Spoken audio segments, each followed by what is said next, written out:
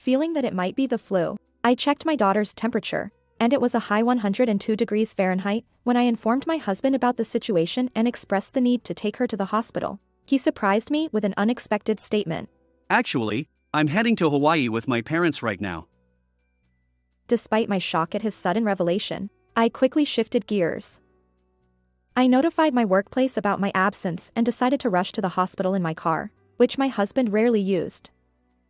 However, just then, my husband Michael and my mother-in-law appeared, carrying their luggage. My mother-in-law nonchalantly declared, "You can walk to the hospital. We're off to Hawaii." And with that, they took my daughter out of the car and drove away. I stood there, utterly stunned. The sound of my daughter's apologetic voice echoed in my mind, squeezing my heart. I immediately called a taxi, focusing on getting her to the hospital. Deep inside, I vowed to get back at my husband and mother-in-law. They would definitely face the consequences. I am Olivia Smith, a 38-year-old nurse. My husband, Michael, is 40 years old, 2 years older than me, and works as an office worker in a company. Our daughter, Emma, recently turned 8 years old.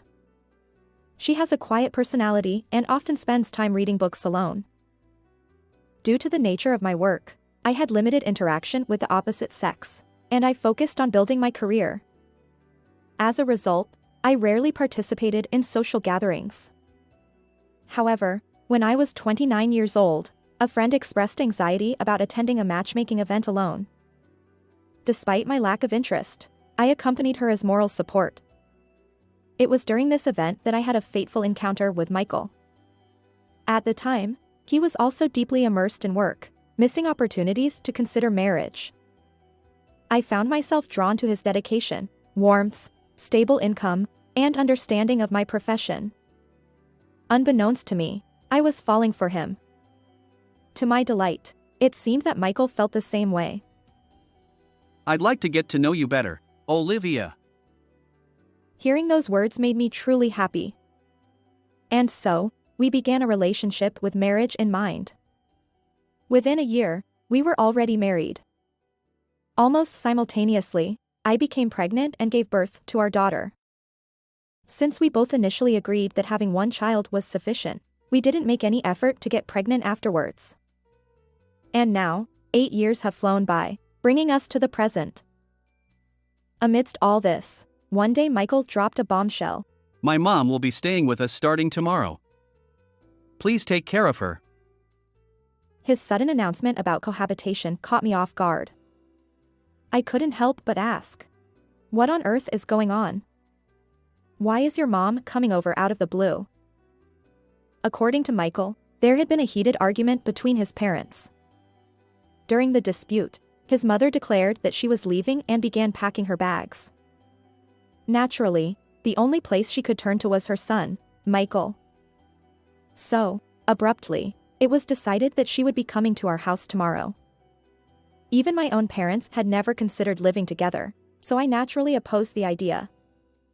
I argued, unless she needs caregiving, it's absurd for her to show up here like this just because of a disagreement with your dad. Are our circumstances completely irrelevant? Think this through.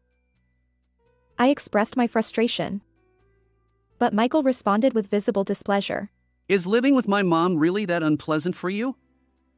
Well, I didn't expect you to be so cold. I couldn't directly challenge his words, and Michael's intimidating demeanor left me trembling. His face at that moment was truly terrifying. Unable to find my own words, I resorted to glaring at him. As I remained silent, Michael arrogantly declared, Resisting is futile. Quickly prepare a room for my mom.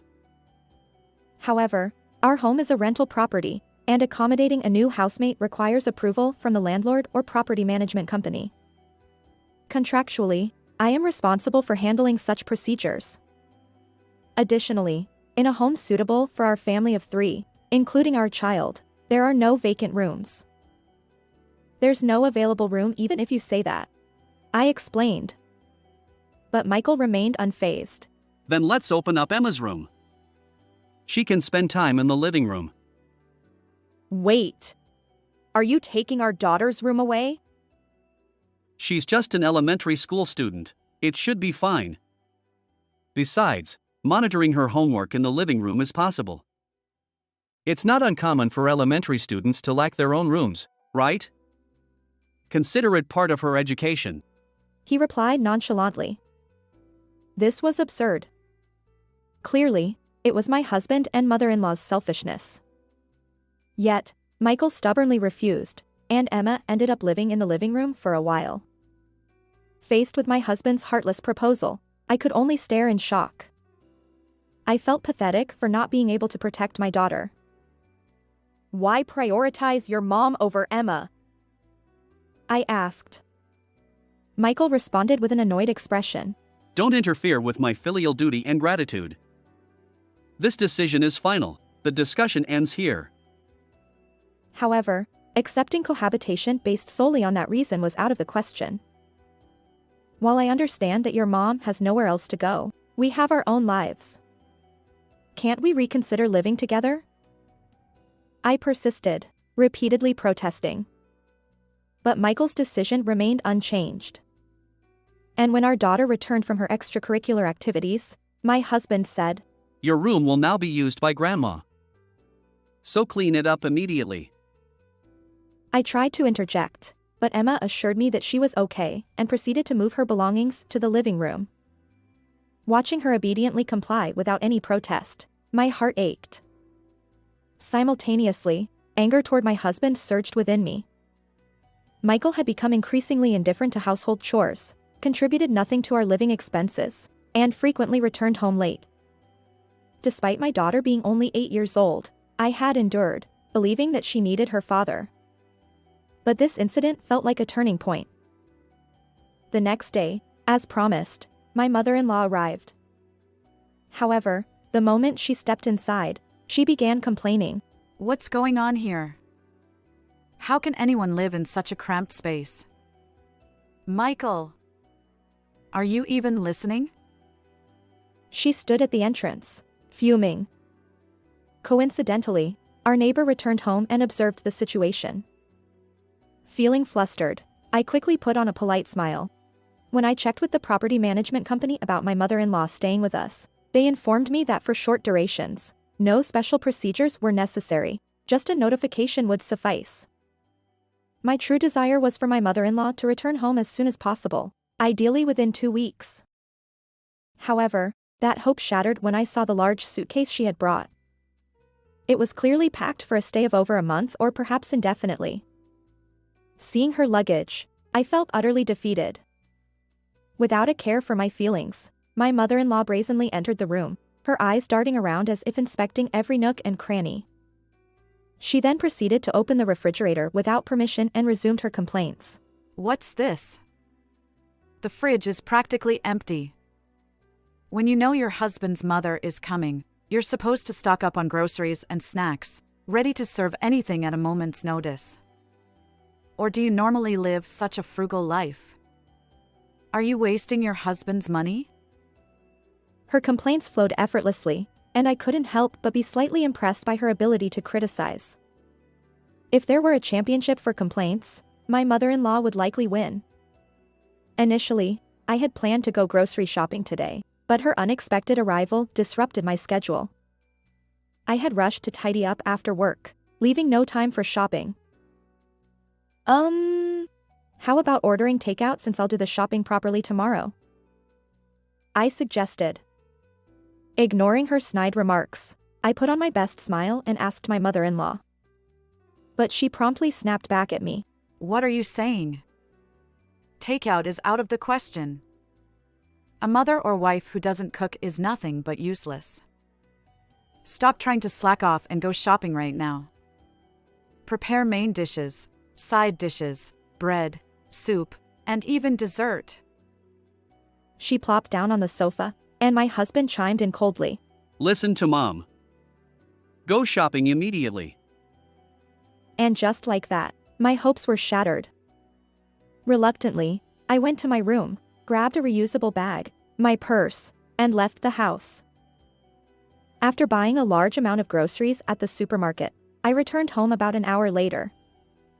To my surprise, a startling scene unfolded before me. While I was out shopping, my daughter had been doing her homework in the living room.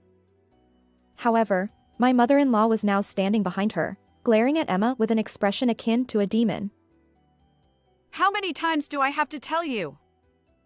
You're such a dim-witted child. My daughter looked like she might burst into tears any moment. Panicking, I stepped between them. Wait, please. Don't be so angry. What's wrong with me? Don't interfere with my educational methods. If she's falling short, I'll scold her. That's the basics. But that's an outdated approach. Scaring her like that will make her hate studying, I argued. My words fell on deaf ears as my mother-in-law sighed in exasperation. She then made a condescending remark, looking down on both Emma and me. It would have been better if Emma took after smart Michael. Seeing my daughter's downcast expression, I quickly reassured her. It's okay, Emma. You can go at your own pace. Then, I shot a stern look at my mother-in-law. However, she remained unfazed. Annoyed by my retort, she opened one of the grocery bags and greedily started devouring snacks. And 1 week after my mother-in-law's visit, I was on the verge of exploding with frustration. I finally decided to confide in my husband, although he had consistently avoided discussing the issue whenever I tried to broach it. But this time, I wouldn't let him escape. I grabbed his hand and poured out my feelings. Sorry, but I can't take it anymore. It's high time your mother left. I can tolerate her snide remarks, but now it's affecting Emma too. My husband scowled and retorted in a firm tone. Why can you say something like that? You're in a position where my mom helps with household chores.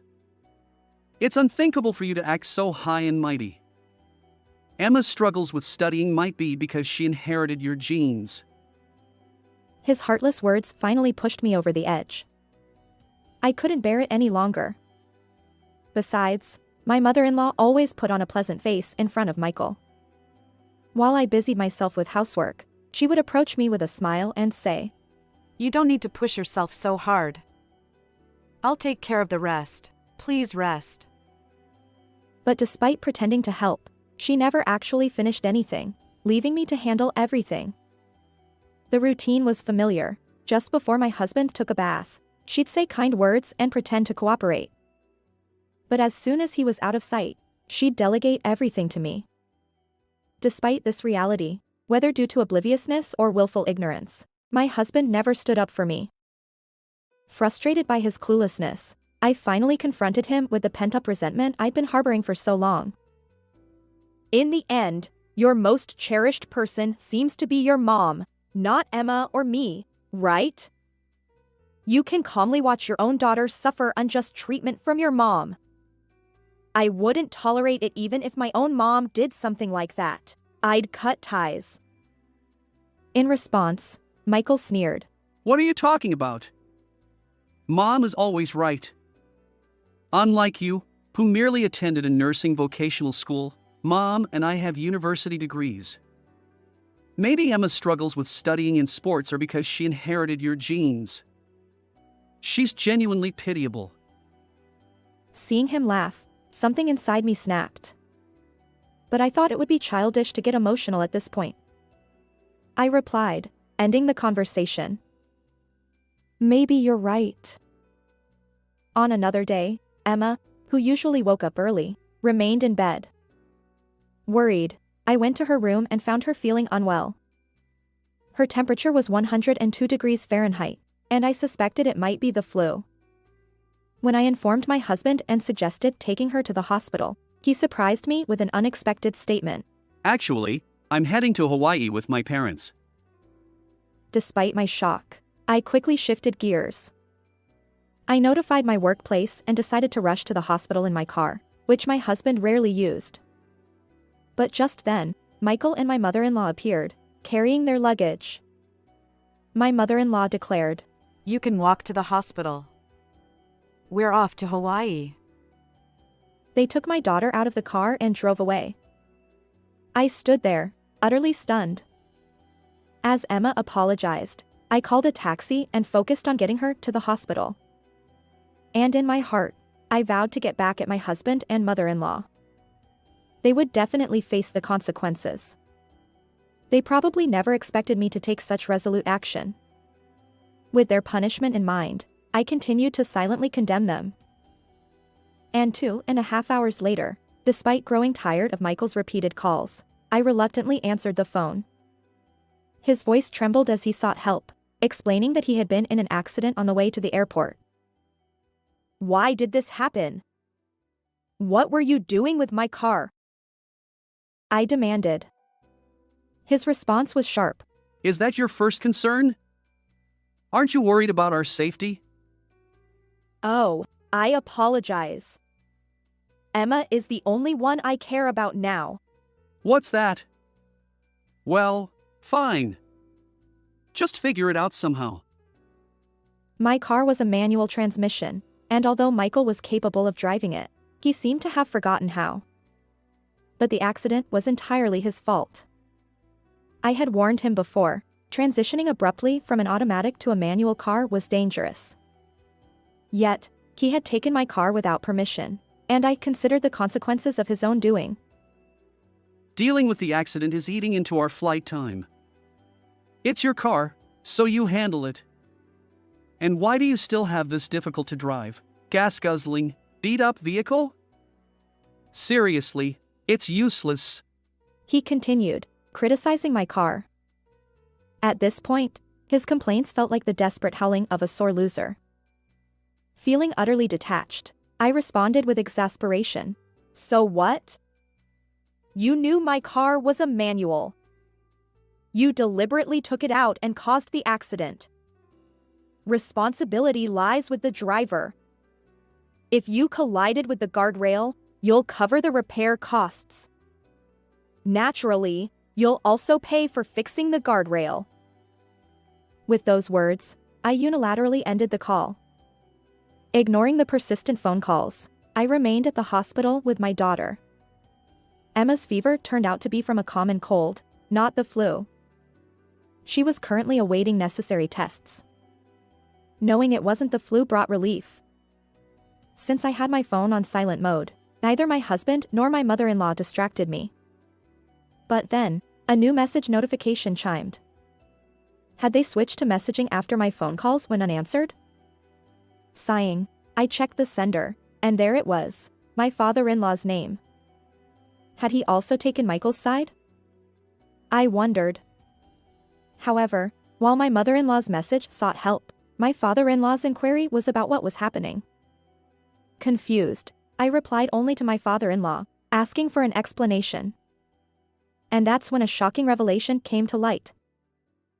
As it turns out, my father-in-law had not been informed about the Hawaii trip at all. On that day, he was enjoying his hobby of running. During that time, my mother-in-law contacted him, saying there had been an accident and asking him to pick her up. However, her messages were vague, merely urging him to come quickly, which led him to dismiss them as attention-seeking behavior. Later, when Michael also reached out for help, my father-in-law assumed that Emma and I were involved and contacted us out of concern. It was then that I recalled the heated argument between my mother-in-law and father-in-law, which had resulted in her leaving her home. My father-in-law had no idea that my mother-in-law had moved in without permission, and he believed he was simply caught up in an inconvenient situation. Taking a deep breath to calm myself, I explained everything. In reality, she is currently staying with us. And today, Michael and his parents, including you, left for Hawaii on a family trip. When I recounted the mistreatment my husband and mother-in-law had subjected Emma and me to just before their departure, my father-in-law was left speechless. Olivia, I apologize for not knowing about that incident. They truly are beyond help. Where are you now? I'll head over immediately. Let's discuss what to do about them. I agreed with my father-in-law's words and promptly let him know the hospital address. A few dozen minutes later, I was called by the doctor for a detailed examination of my daughter. While I received her medication, My father-in-law arrived. Hi, it's been a while. I've said it many times, but I'm truly sorry about what my son and wife did. My daughter, though unwell due to the fever, looked delighted to see her grandfather. Grandpa, you came. Yeah, that's right. I hear you have a fever. I hope you get better soon. Once you're well, let's go out for something delicious. Okay. I'll do my best to recover. After being comforted by the warm exchange between my daughter and father-in-law, I decided to contact my parents and ask them to take care of my daughter. The reason was that I had received a series of messages from Michael and my mother-in-law. When I opened the messages, they were filled with insults directed at me. Because you didn't handle it, we missed our flight. We can't cancel, so it's as good as losing a fortune. You're responsible for reimbursing the travel expenses for all three of us. I had a chance to reconcile with my husband, but you ruined it. I sighed and showed the contents of the messages to my father-in-law. Those two. He's furious. It's time to settle things with them once and for all.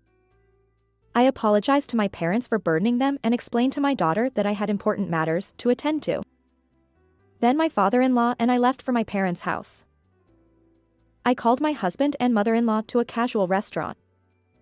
They arrived promptly, seemingly eager to voice their complaints directly to me. However, their expressions turned pale when they noticed my father-in-law sitting next to me. Wait, why is Dad here? What's the matter? Is it a problem that I'm here? Oh, right. You guys told Olivia that we were going on a family trip with all three of us. You even messaged her about it, saying it was a chance for you to reconcile. Both of them glanced at me, clearly taken aback. I calmly responded. I didn't contact Dad directly. It was actually Mom and Michael who reached out to him. Concerned, he contacted me. What family trip? Why am I suddenly part of this trip? Well. Mother-in-law and Michael were visibly flustered, trying to come up with excuses. But I already knew the truth they were hiding. Wasn't it a trip with your affair partner? I asked matter-of-factly. What? What are you talking about? Stop making baseless accusations. Exactly. Are you suspecting Michael? I then revealed a piece of evidence, dashcam footage. You see, I had synced my car's video feed to my phone. The recording clearly showed their secret escapade. Why is this footage here? I'm the type who takes security seriously, so I have a proper dashcam installed. That's why I can see both the footage from the time you were driving and the footage from the accident. The woman here is your affair partner, isn't she? If I investigate now, it'll be easy to figure out your relationship. My husband and mother-in-law exchanged glances and confessed everything. Indeed, the woman who was with them seems to have been my husband's affair partner. Well, she's the person Mom introduced me to. She's young, and Mom thought she could have more children, so I should remarry. Yes, that way we can have a child with Michael's intelligent genes. My father-in-law and I couldn't calm our anger upon hearing those words. Enough already. How twisted are your personalities? Do you really think the world revolves around you? Even if a smart child is born, the child will likely grow up to be a nuisance in human society. Raised by such self-centered parents and grandmother who lack common sense, the child won't develop a decent personality. My mother-in-law glared at my statement, but my father-in-law stood up for me. What are you glaring at? She just told you the truth. You and Michael are terrible parents, mocking Emma as well. Don't involve us any further. Huh? What does that mean? It means divorce. Of course, I'll also get a divorce. I'll claim alimony and child support from Michael. Wait a minute. Demanding all that suddenly is unfair. I'm already paying for the car and guardrail repairs, as well as canceling the Hawaii trip. That's all your own doing, isn't it? I'll make sure you pay exactly what I'm claiming. I'll proceed with the divorce proceedings promptly. Don't ever involve me again. Wait! My mother-in-law and husband looked pale and worn out. Ignoring their distress, my father-in-law and I left the restaurant. Later, we completed all the necessary legal procedures through an attorney. The divorce was finalized, and my ex-husband ended up burdened with substantial debt. As for my ex-mother-in-law and ex-husband, they had planned to rely on their affair partner for household chores and repay the debt. However, after the recent accident and witnessing their behavior toward me during the crisis, the affair partner felt unsafe and fled. Now, my ex-mother-in-law and ex-husband live together in a modest apartment, working tirelessly to repay their debts. On the other hand, I returned to my parents' home with my daughter. As a single mother, I work hard, balancing parenting and my nursing job. Despite the challenges, my income is stable, and I can support my daughter's aspirations for the future. I maintain regular contact with my father-in-law, and he enjoys spending time with his granddaughter. Seeing my daughter's joy when she meets her grandfather warms my heart. Moving forward, I'll continue to cherish my daughter, give my best in everything I do, and strive for a happy life. Thank you for watching until the end. If you enjoyed this content, consider subscribing to my channel. See you in the next video.